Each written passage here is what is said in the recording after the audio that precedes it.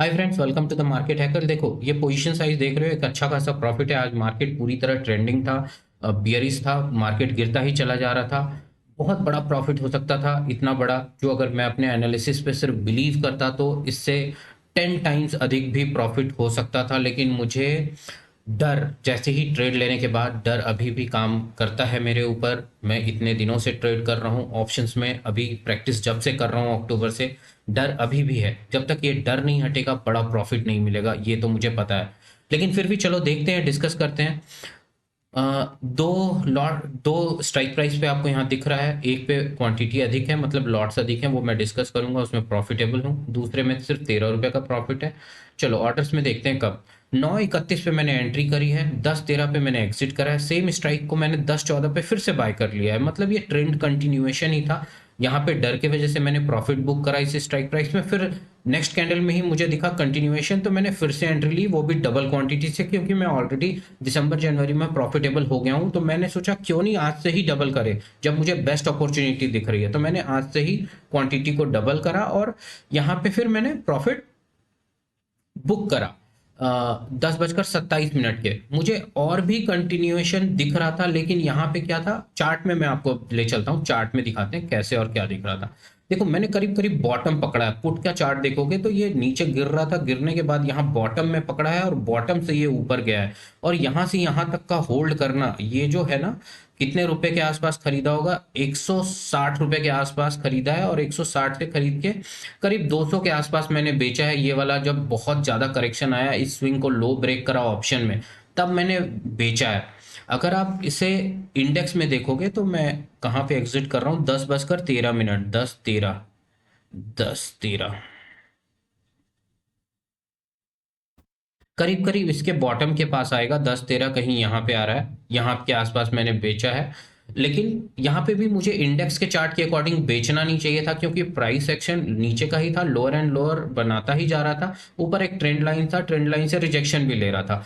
तो यहाँ पे मुझे बेचना नहीं चाहिए था, बट हाँ, एक प्रॉफिट मिल रहा था, तो मैंने यहाँ पे बुक करा। और यहाँ पे ये होल्ड करना टफेस्ट पार्ट था। लेकिन जैसे ही इस कैंडल में ही प्राइस का नीचे जाना रिजेक्ट होता है और एक ग्रीन कैंडल बनाता है, मैं फिर से यहाँ पे एंट्री लेता हूँ। और जस्ट 1 मिनट के बाद एंट्री लेने के बाद मेरा जो ये एग्जिट है, यहाँ पे जब ये शूटिंग स्टार बनाता है तो फिर मैं यहाँ एग्जिट करता हूँ। यहाँ पे एग्जिट करने का मकसद क्या था, ये देखो, 10:27 करीब करीब यहाँ पे। तो यहाँ पे एक ऑलरेडी एक रेजिस्टेंस लाइन था, तो मुझे डर लग रहा था कहीं यहाँ से सपोर्ट लेकर ऊपर ना निकल जाए, ऐसा पॉसिबल था। लेकिन इसके बावजूद सपोर्ट लेके ऊपर निकल जाए, ये डर था मेरा। लेकिन आप कॉन्फिडेंस देखोगे कि नीचे आएगा, ये मुझे कैसे पता था, क्योंकि जैसे ही 10:27 के बाद 1 घंटे का कैंडल बना, ये एक शूटिंग स्टार कैंडल था। जैसे ही इस कैंडल कोई का फॉर्मेशन हुआ, मुझे नीचे का 1:1 का मूव बिल्कुल कंफर्म हो रहा था, क्योंकि नीचे जो मेजर रेजिस्टेंस था वो राउंड लेवल 25,000 का था। तो मुझे पता था इतने बेयरिश मार्केट में ये ब्रेक करेगा तो 25,000 तक जाएगा। इसी एनालिसिस पे ट्रस्ट करते हुए और भी टाइम फ्रेम मैंने देखा, 5 मिनट का कैंडल देखा, 5 मिनट में भी अच्छा सेटअप बन ही रहा था।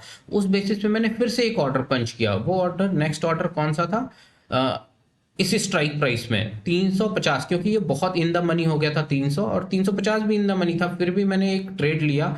लेकिन मेरे अंदर होल्ड करने की कैपेबिलिटी अभी भी डेवलप नहीं हुई है, क्योंकि यहाँ पे, 1 मिनट, मैं चार्ट आपको दिखाता हूँ तो बेटर होगा।